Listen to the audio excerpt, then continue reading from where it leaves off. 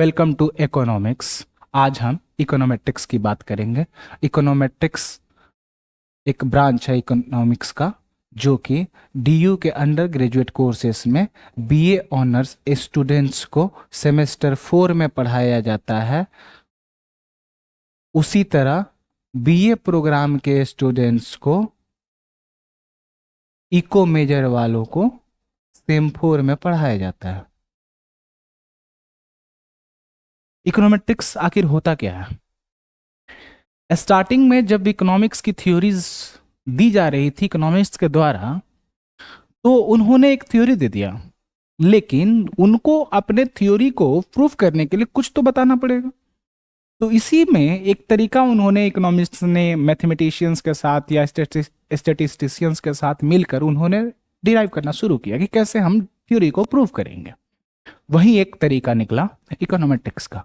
That means कोई भी economic theory को प्रूव करने के लिए अगर आप डेटा का यूज करते हैं, उसमें ऑपरेशंस लगाते हैं और आप बताते हैं कि कैसे ये थ्योरी अप्लाई होती है। जैसे कि मान लिया जाए आपने एक थ्योरी माना कि लग्जरी गुड्स की इलास्टिसिटी ऑफ डिमांड ज्यादा होती है एक से। That means luxury goods are highly elastic. तो आपको प्रूव करने के लिए आपने क्या किया, अलग अलग डिफरेंट प्राइसेस पे, यानी कि डिफरेंट प्राइसेस पे आपने क्या किया, लग्जरी गुड कोई ले लिया, जैसे आपने एक सेडान कार का ले लिया, और उसके बाद उसके अलग अलग वैल्यूज निकाले, क्या क्वांटिटी कोई बार परचेज कर रहा है या बाई कर रहा। वहां से आपने देखा कि जब भी प्राइस थोड़ा सा भी चेंज हो रहा तो प्रोपोर्शनली उससे ज्यादा डिमांड चेंज हो जा रहा। लेकिन अगर नेसेसरी गुड्स की बात करें, मान लो आपके फूड आइटम्स की बात करें, तो फूड आइटम्स में ज्यादा चेंज नहीं होता है आपके प्राइस चेंज होने से उस कमोडिटी की। सपोज आपके वेजिटेबल का प्राइस 15 रुपए से 20 रुपए हो गए, तो आपकी जो क्वांटिटी थी 20 केजी का कंजम्पशन होता था आपके पर मंथ का, वो 20 केजी का कंजम्पशन आपका 18 केजी हो गया। प्रोपोर्शनली कम हुआ, ज्यादा कम नहीं हुआ। That means the fall in quantity due to rise in price has relatively been lesser than it would have been in proportion to 1। मतलब अगर प्राइस आपका 100% से इंक्रीज किया मान लिया जाए, तो आपकी quantity of demand necessary goods के टर्म्स में 100% से कम से डिक्लाइन किया। Getting my point? लेकिन अगर यही हम लग्जरी गुड्स की बात करें तो 100% से अगर प्राइस इंक्रीज करता है तो क्वांटिटी 100 से ज्यादा परसेंट से फॉल करती है। Getting my point? That is the difference between necessary goods and luxury goods. तो इसका प्रूव करने के लिए जो भी आपने डेटा लिया, उस डेटा को आपने अप्लाई किया, एक जगह कहीं ने कुछ एनालिसिस किए होंगे, उसी एनालिसिस करने के तरीका को हम बोलते हैं इकोनोमेट्रिक्स। अब उसी में मान लिया जाए अब 2 वेरिएबल होगा, 2 वेरिएबल का अलग अलग कुछ ना कुछ तो नोटेशन होगा।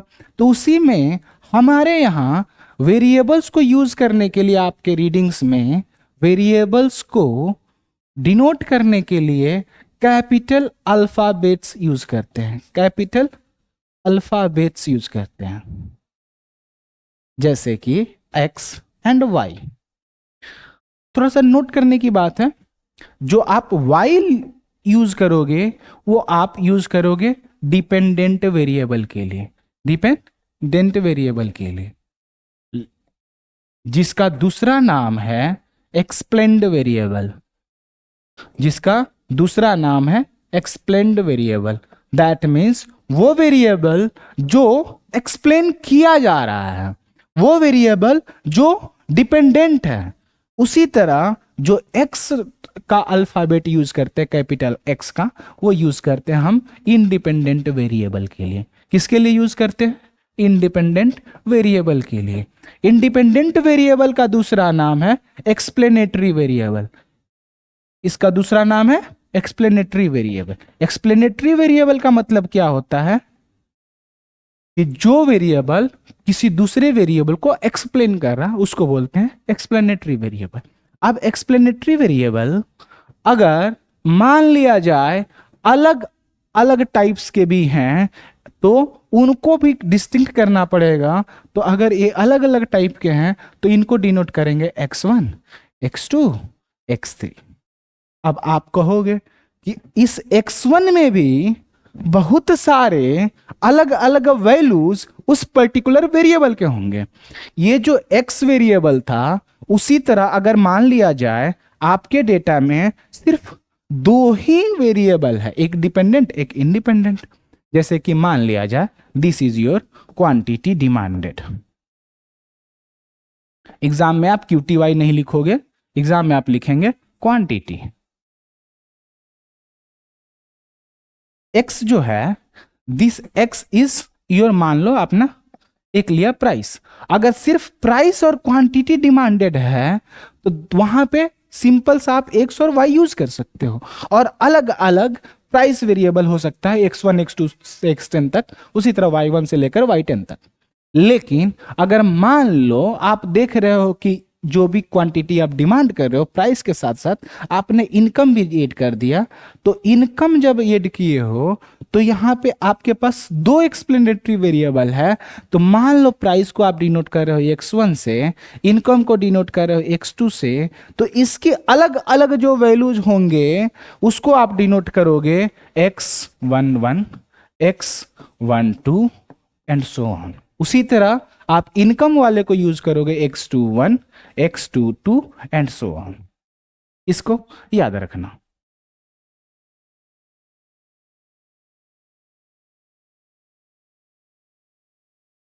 अब आगे बढ़ते हैं। अब इकोनोमेट्रिक्स का आपको बेसिक चीजें पता चल गई। इकोनोमेट्रिक्स में जो टर्म हमने यूज किया रिग्रेशन, इसी से मिलता जुलता एक शब्द है कॉजेशन। आपको लगेगा कि अगर दो वेरिएबल रिलेटेड है यानी कि रिग्रेशन है, इसका मतलब एक वेरिएबल दूसरे वेरिएबल को कॉज एंड इफेक्ट के मैटर से रिलेट करता है। यानी कि अगर आपका प्राइस चेंज हुआ तो आपका क्वांटिटी भी चेंज हुआ, दैट इज कॉजल इफेक्ट।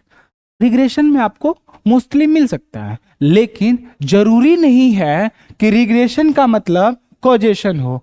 क्यों? क्योंकि बहुत बार ऐसा आप देखोगे कि रिग्रेशन का मतलब होता है रिलेटेड होना, लेकिन ये जरूरी नहीं है। ये जरूरी नहीं है कि आपने इसी कारण से हुआ है।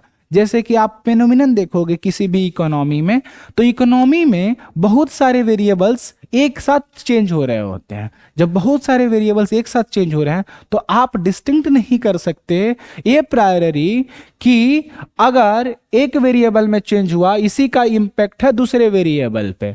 दैट मीन्स कि आपका एक वेरिएबल दूसरे वेरिएबल को अफेक्ट नहीं कर रहा है। दैट इज कि अगर आप थ्योरी से नहीं जानते हो कि ए कॉजेज बी, तो आप रिग्रेशन से नहीं मान सकते ए causes B.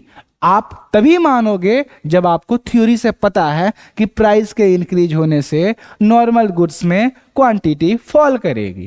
Getting my point? इसी तरह एक रिलेटेड टर्म आप देखोगे, जो भी आप पढ़े होगे, कोरिलेशन एंड रिग्रेशन।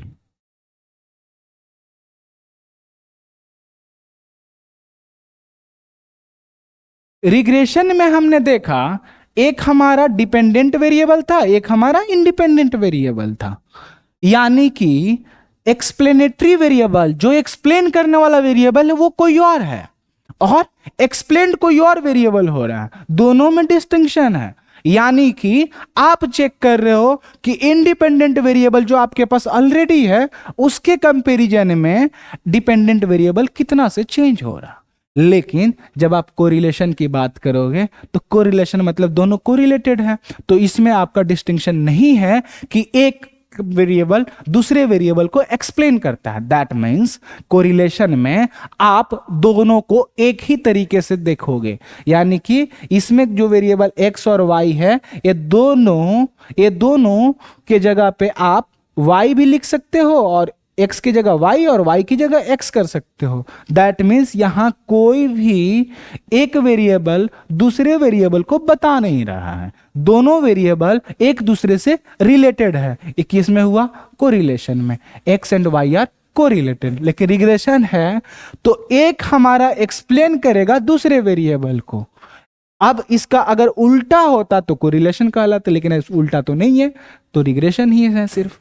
तो यहां पे y is being explained bye x, x is explanatory variable, y is explained variable, और x is independent variable, y is dependent variable. Getting my point?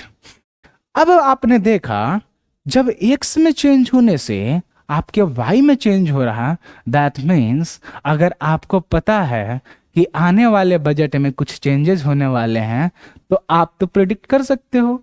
यानी कि अगर आपको पता है कि बजट में टैक्स चेंज होगा तो टैक्स के चेंज होने से अगर आपको पता है इफेक्ट आपके कंजम्पशन बास्केट पे क्या होगा तो आप फोरकास्ट कर सकते हो। यही आप देखोगे मीडिया वालों को करते हुए या इकोनॉमिस्ट को करते हुए।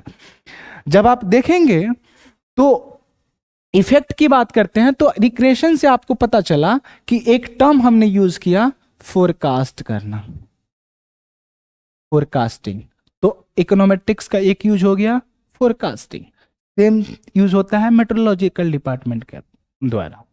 इसी तरह अगर आपको कुछ प्रिडिक्ट करना है तो भी आप यूज करोगे सेम स्टाइल से कि अगर x में चेंज हो रहा है 10% से तो y में चेंज कितना होगा।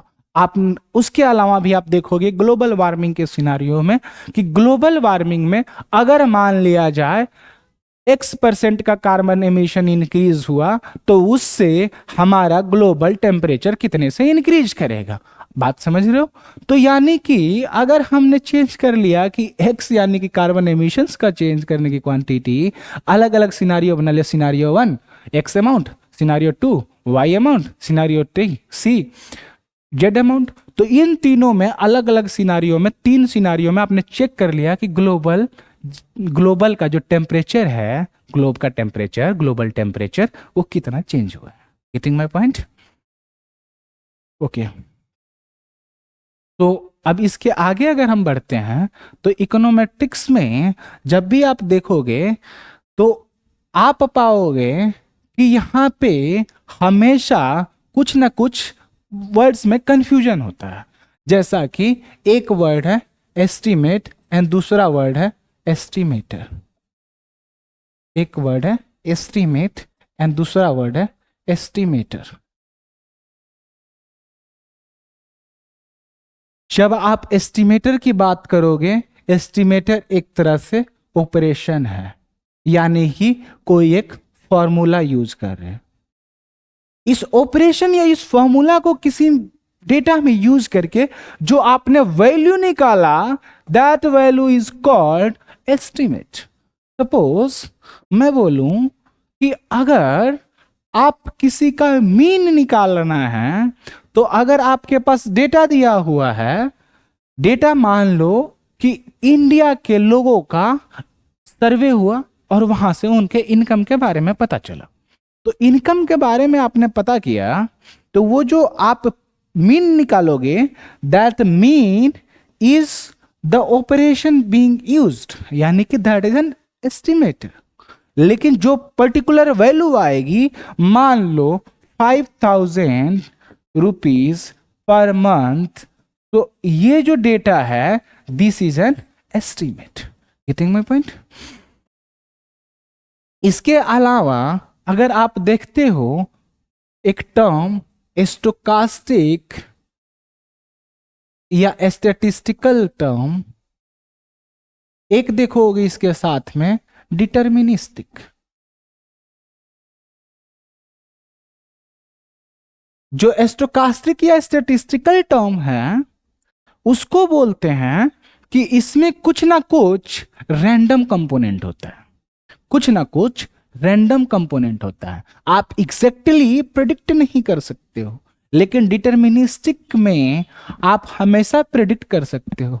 जैसा कि मान लो अगर बोला जाए आपको पोटेंशियल जीडीपी निकालनी है, पोटेंशियल जीडीपी का मतलब हुआ कि पूरे इकोनॉमी के रिसोर्सेस को यूज करते हुए अगर मेरा उस साल का एस्टिमेट किया जाए कितना हम कमोडिटी, कितने वैल्यू उसके कमोडिटी को प्रोड्यूस कर सकते हैं और उसका वैल्यू निकाला जाए, that would be your potential GDP. आप पोटेंशियल जीडीपी जब प्रिडिक्ट करोगे तो एक पर्टिकुलर वैल्यू आएगा। मान लो कि कोई प्रोडक्शन फ्रंटियर कुछ इस तरह से बना, और ये जो प्रोडक्शन फ्रंटियर बना ये आपका पर्टिकुलर ऑपरेशन यूज करके बनेगा, and that would be called deterministic thing. लेकिन आपको भी पता है कि ग्लोबल अनसर्टेनिटी चल रही है, और ये भी हो सकता है एग्जाम तो आ रहा है, क्लासेस तो स्टार्ट हो गई, लेकिन आपको पढ़ने का मन नहीं करता, तो आप अपने ऑप्टिमम पे नहीं हो। जब ऑप्टिमम पे नहीं हो तो कुछ ना कुछ तो वेरिएशन होगी ही। जब कुछ ना कुछ वेरिएशन होगी, that variation is captured by a term used as error term. अब एरर टर्म अगर डिटर्मिनिस्टिक में ऐड कर दोगे, तो मिल जाएगा आपको स्टोकास्टिक टर्म। एरर टर्म क्या है? नॉइज टर्म भी बोलते हैं। एरर टर्म को दूसरा वर्ड यूज करते हैं नॉइज टर्म। कहने का मतलब कि अगर मान लिया जाए थोड़ा बहुत प्रिडिक्ट करना, अगर आपने पोटेंशियल जीडीपी प्रिडिक्ट किया, तो पोटेंशियल जीडीपी प्रिडिक्ट किया, अगर मान लेते हैं आपने एस्टिमेट किया $4 ट्रिलियन इंडिया के पोटेंशियल जीडीपी है, तो ये आपने एग्जैक्ट ट्रू वैल्यू मान लिया एक आइडियल सिनेरियो में, दैट इज कॉल्ड डिटर्मिनिस्टिक। ठीक है, लेकिन अगर स्टोकास्टिक के टर्म्स में देखा जाए कि कुछ ना कुछ तो वेरिएशन हुई है, मॉनसून अच्छा हुआ, मॉनसून अच्छा नहीं हुआ, या जो भी केसेस हो सकते हैं, या हेल्थ इमरजेंसी भी हो सकती है, तो वैसे केसेस में थोड़ा बहुत जो डेविएशन होगा उस डेविएशन को बोलोगे एरर टर्म या नॉइज टर्म। इस नॉइज टर्म को डिटर्मिनिस्टिक में ऐड करोगे तो आएगा स्टोकास्टिक फंक्शन। ठीक है, गेटिंग माय पॉइंट? तो मूविंग ऑन टू नेक्स्ट, अभी हमने टर्म यूज किया नॉइज टर्म। ध्यान देना, ये नॉइज टर्म या एरर टर्म जो हम बोल रहे हैं, ये एरर टर्म डिस्टरबेंस के तौर पे भी देखा जाता है। कहने का मतलब आप अपने बेस्ट फ्रेंड के साथ लंबे समय से रह रहे हैं, लेकिन उसकी सारी हरकतें आप प्रेडिक्ट भी कर पाते हैं।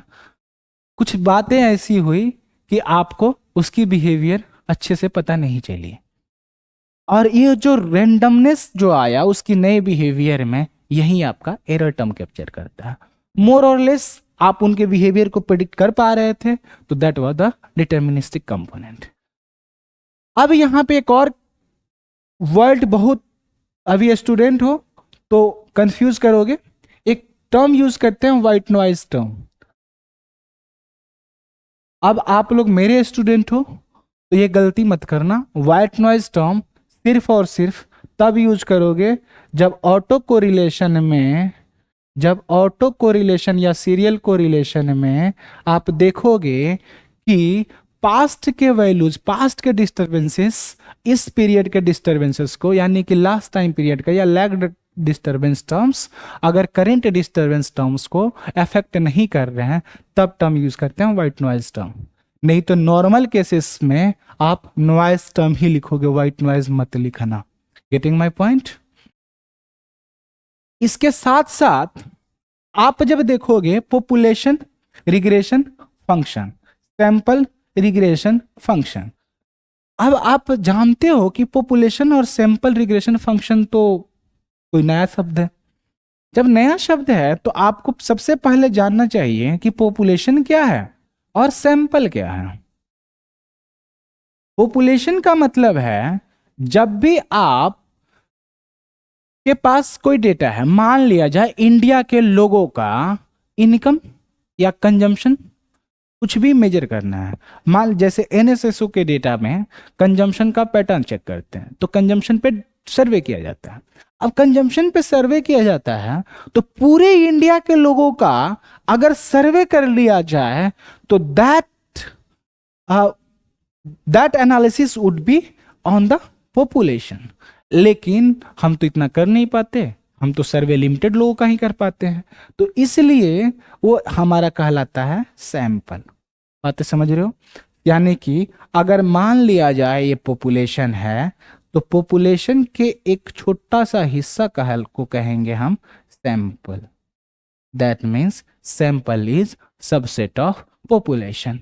आप आगे पढ़ोगे सेंट्रल लिमिट थ्योरम, जहां पे सैंपल का साइज अगर बढ़ता जाए, सैंपल का साइज अगर बढ़ता जाए तो क्या होगा कि जो भी सैंपल के एस्टिमेट्स होंगे, मीन वेरिएंस या जो भी होंगे, वो पॉपुलेशन के मीन वेरिएंस या उसके करस्पॉन्डिंग जो भी एस्टिमेटर हो गया, वो एस्टिमेटर से एस्टिमेट जो निकलेगा उसके बराबर आता जाएगा।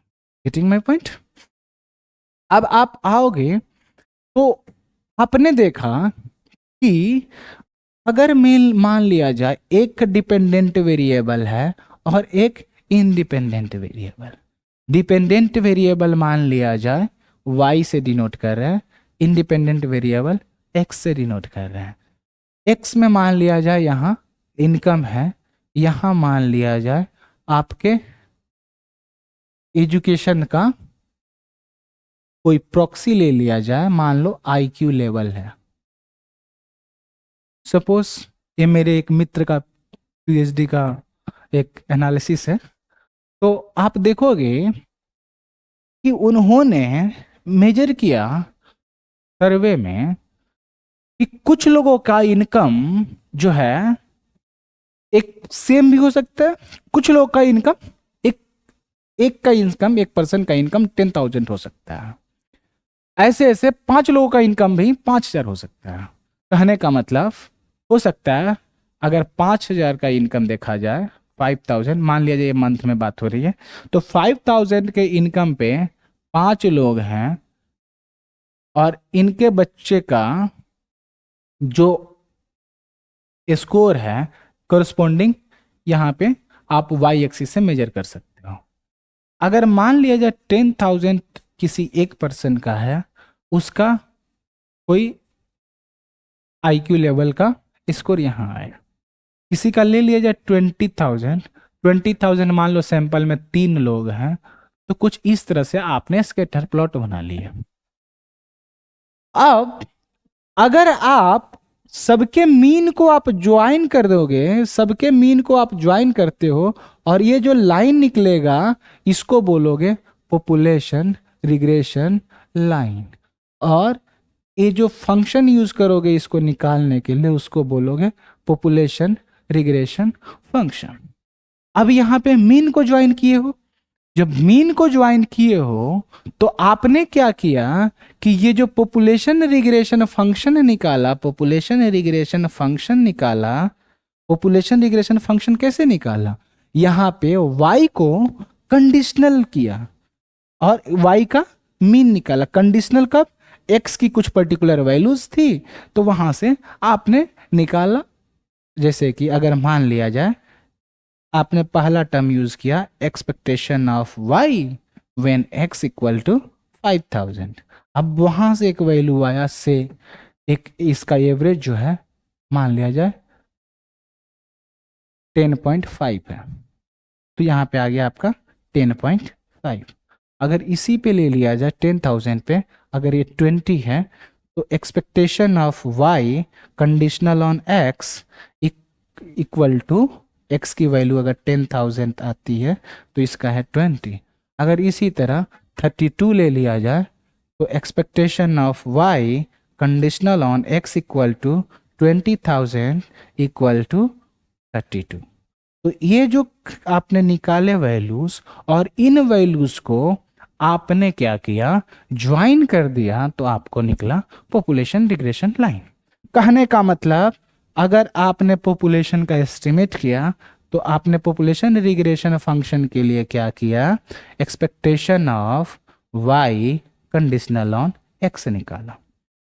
Expectation of y conditional on x जब निकाला तो यहां पे आपको ये भी पता है कि x की वैल्यू अलग अलग हो सकती है, यानी कि अलग अलग इंडिविजुअल्स की हो सकती है। तो जब अलग अलग इंडिविजुअल्स का ले रहे हो तो अलग अलग कुछ ना कुछ वैल्यूज आनी चाहिए। दैट मीन्स आप expectation of y conditional on different values of x use करोगे। समझ रहे हो? इसका एक नोटेशन यूज करते हैं beta 1 plus beta two X I. अगर कुछ इस तरह का आप नोटेशन यूज करोगे तो जो हम पहली बार बातें कह रहे थे डिटर्मिनिस्टिक का, ये डिटर्मिनिस्टिक का केस कहलाएगा। लेकिन आप देख रहे हो ये तो मीन के बराबर आप वैल्यू निकल गया। This is same as mean. जब मीन की वैल्यू निकालते हो, मीन की जब वैल्यू निकालते हो तो ये वाला जो केस है डिटर्मिनिस्टिक का केस बनेगा। ये किसका केस बनेगा? डिटर्मिनिस्टिक का केस बनेगा। लेकिन आप ये भी देख रहे हो इस ग्राफ में कुछ वैल्यूज आपके मीन के ऊपर भी है, कुछ वैल्यूज मीन के नीचे भी है।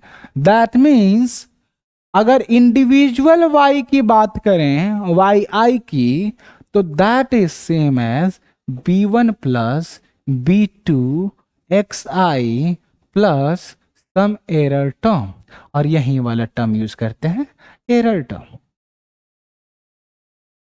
ये आपका एरर टर्म हो गया। xi हो गया आपका इंडिपेंडेंट वेरिएबल। क्या हो गया? Independent variable. y आपका हो गया डिपेंडेंट वेरिएबल। अब आप मुझसे पूछोगे कि फिर b1 और b2 है क्या? तो मैं तुम्हें बोलूंगा b1 b2 को जो बोलोगे, b1 b2 को बोलोगे पैरामीटर्स। b1 b2 को क्या बोलोगे? पैरामीटर्स। इसका एक और नाम क्या बोलोगे? Regression coefficients. अलग अलग नाम बताने का एक ही रीजन है ताकि तुम कभी एमसीक्यू सोल्व करो या तुम्हें एग्जाम में कोई एक रैंडम नाम यूज किया जाए तो तुम्हें कंफ्यूजन ना रहे।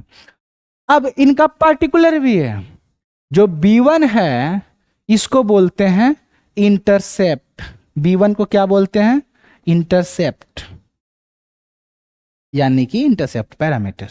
b2 को क्या बोलोगे? Slope parameter.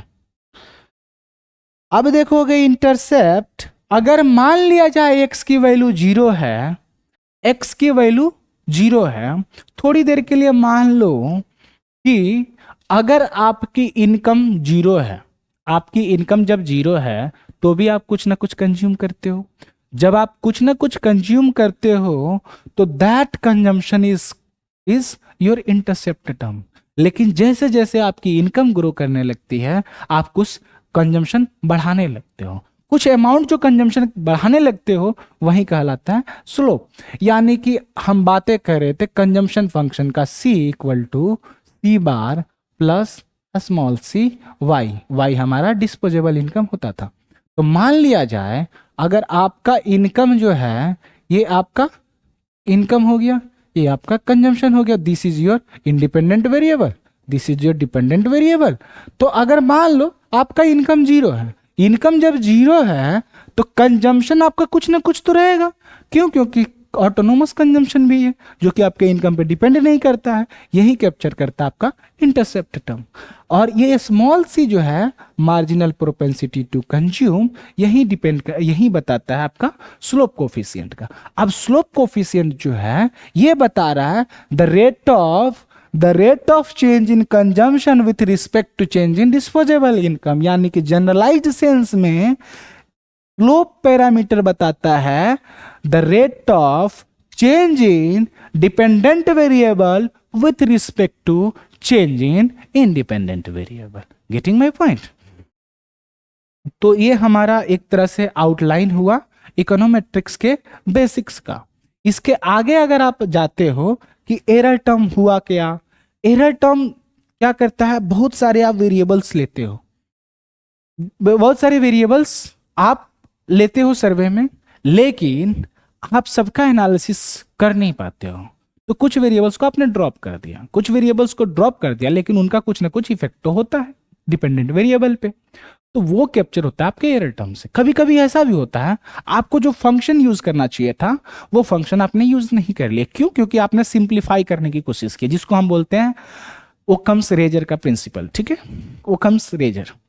तो इन प्रिंसिपल से ये हम लोग फिर से बाद में डिस्कस करेंगे। उसके अलावा क्या होता है, कभी कभी आप देखते हो कि मेजरमेंट सही से नहीं हुआ, यानी कि आप गए किसी को किसी से पूछने के लिए, और सामने वाले को अब याद तो था नहीं कि पिछले महीने से उसने कितने कंजम्पशन किए हैं, तो एक रफ एस्टिमेट देगा। तो ऐसे केसेस में आप मेजरमेंट एरर भी करते हो। जब मेजरमेंट एरर करते हो तो वो भी आपके रैंडम एरर का पार्ट होता है। Getting my point? तो ये सारा आउटलाइन था।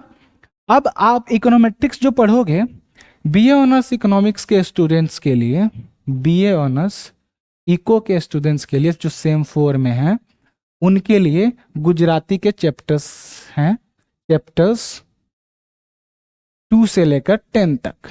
अब 2 से लेकर 10 तक में जो हम लोग सिंपल 2 वेरिएबल की बातें कर रहे थे, इनको बोलेंगे सिंपल लीनियर रिग्रेशन मॉडल।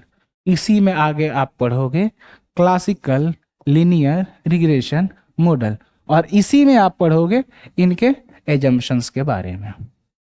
समझ रहे हो? लेकिन अलग अलग वेरिएबल हो जाएंगे तो मल्टीपल लीनियर रिग्रेशन मॉडल, और इसी में सेम तरीके से पढ़ोगे। क्या क्या पढ़ना है इन दोनों टॉपिक्स पे? एक तो आपको पढ़ना है गुडनेस ऑफ फिट,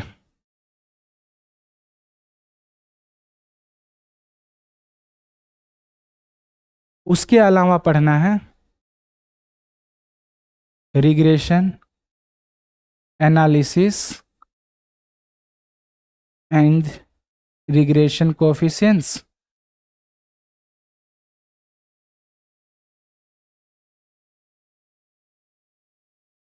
तो इस तरह से आगे पढ़ोगे। फिर इसके आगे आप पढ़ोगे different functional forms, different functional forms.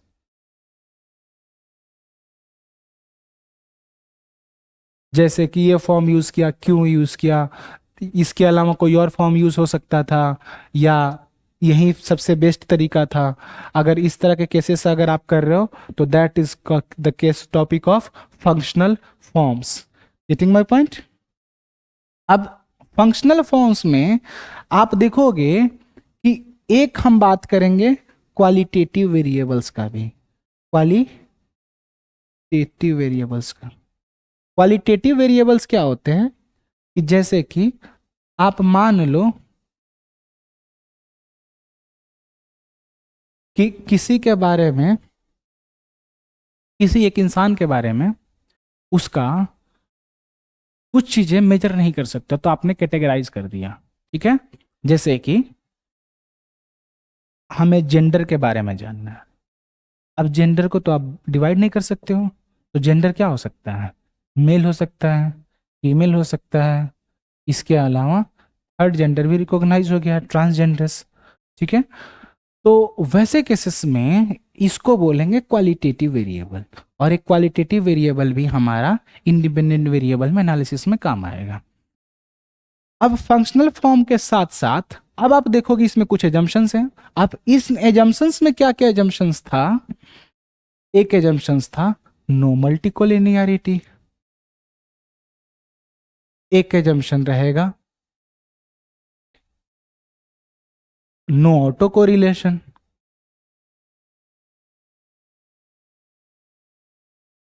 तीसरा होगा होमोसिडास्टिसिटी। अब ये तीनों एजम्पशन आप पढ़ोगे तो आपको लगेगा कि इन एजम्पशंस का तो कुछ जरूरत है, तो आप काउंटर इंट्यूटिव लोग हो, तो आप कोशिश करोगे कि ये पूछोगे कि ये तीनों का अगर वायोलेशन होगा तब क्या होगा। तो एक चौथे में वहीं देखना है कि अगर मल्टीकोलिनियरिटी का मल्टीकोलिनियरिटी का अगर मान लो एजम्पशन वायोलेट होता है तब क्या होगा। अगर मान लो होमोसिडास्टिसिटी का अगर मान लो होमोसिडास्टिसिटी का एजम्पशन वायोलेट हुआ और हेट्रोसिडास्टिसिटी आ गया तब क्या होगा। अगर मान लो आपका सीरियल कोरिलेशन हो गया, तब सीरियल कोरिलेशन यानी कि ऑटो कोरिलेशन, सीरियल कोरिलेशन हो गया तब क्या केस होगा। अब देखोगे इन दोनों के केस में आप ऑर्डिनरी लिस्ट स्क्वायर्स के बारे में पढ़ोगे। Ordinary list squares. और इसी में देखोगे मैक्सिमम लाइक्लीहुड एस्टिमेशन से हम निकालेंगे कि कौन सा हमारा बेस्ट एस्टिमेटर है। जैसे कि एक और टर्म आप देखोगे ब्लू के बारे में, बेस्ट लीनियर अनबायस्ड एस्टिमेटर। अब इसके में जब हेटेरोस्केडास्टिसिटी की बात करोगे तो फिर उसमें आपको आएगा कि ओएलएस यूज कर नहीं सकते, तो आप एक यूज करोगे GLS, generalised least squares. Last topic आपका आएगा स्पेसिफिकेशन बायस पे। स्पेसिफिकेशन का मतलब हुआ जो आपने मॉडल सेट किया, ये मॉडल सही है या नहीं। अब इसमें आप टेस्ट करोगे कि हकीकत में ये चीज़ होना चाहिए कि नहीं होना चाहिए। आपने मान लिए किसी इररिलेवेंट वेरिएबल को ऐड कर दिया, तब उसका क्या इफेक्ट होगा। इररिलेवेंट वेरिएबल अगर ऐड कर दिया तब क्या होगा। उसी तरह मान लो अगर रिलेवेंट वेरिएबल को आपने अगर डिलीट कर दिया तब क्या इम्पेक्ट होगा। तो ये आप जब देखोगे तो ये आपका लास्ट यानी कि फिफ्थ टॉपिक में, फिफ्थ यूनिट में। तो ये आपका एक तरह से आउटलाइन हो गया। आप लोग अपने स्टडी को प्लान करो और फिर मिलते रहेंगे ऐसे ही बाकी के क्लासेस के लिए। Thank you, bye bye.